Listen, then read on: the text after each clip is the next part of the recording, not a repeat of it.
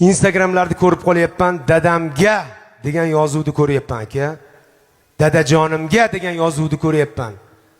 Mayli. Lekin men boshqa narsaga yoyib qo'yyapman shu narsani. Menga hal qilib beringlar. Dadamga deb biz o'sha dadani tilini qismayapmizmikin Nobodoga? Dada umringizda minmagan mashinani o'g'lingiz badarga qilyapti. Dada sizga hech qachon qoyil qolmaydi. Chunki siz uni pushti kamaridan bo'lgansiz. O'g'lim, yaxshi ham sen bor ekansan. Sen bo'lgan uchun men bunaqa yuribman demaydi, chunki u sizning dadangiz. Uni hadib tilini qisavermang. Hadib uni ayingiz oldida xijolat qilavermang. Nabarot dada, siz aytgan fikrdan keyin men ishim o'zgarib ketdi. Siz aytgan, siz hali bergan pulingiz barakali ekan, ko'payib ketgandan keyin uni sabab chiqib qo'yaylik. Dadani sabab chiqib qo'yaylik. Dada, agar siz bo'lmaganingizda o'sha ish bo'lmasdi deb dadangiz tili uzunroq bo'lib tursin.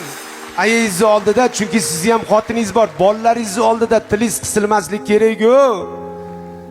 U dada bugun bor, ertaga yo'q. Ertaga siz fil olbersangiz ham qaytib kelmas ekan.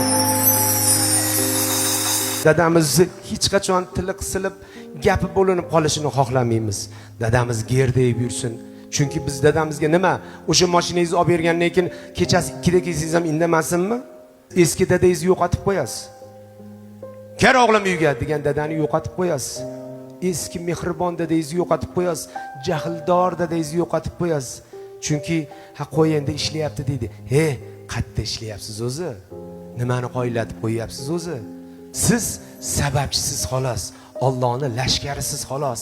Sizga Xudo beryapti, buyruq bor, shunga berib qo'ygin deyapti. Siz sababchi bo'lib olib kelib beryapsiz xolos. Uni siz yaratganingiz yo'q. Uni siz borib zavodda qiynalib olib kelganingiz yo'q. Dadangizni xijolat qilib qo'yavermang hadib.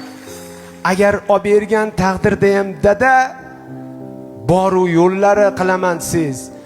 Instagramda portlatib dadamga deb butun qaynota qaynonalarning oldida, hammani oldida dadam umrida mashina minmagan odamga dadaga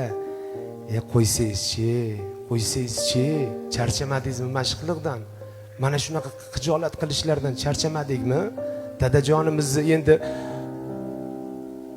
bir marta keladi dada. Dada sizdan 30 yosh katta, 25-20 yosh.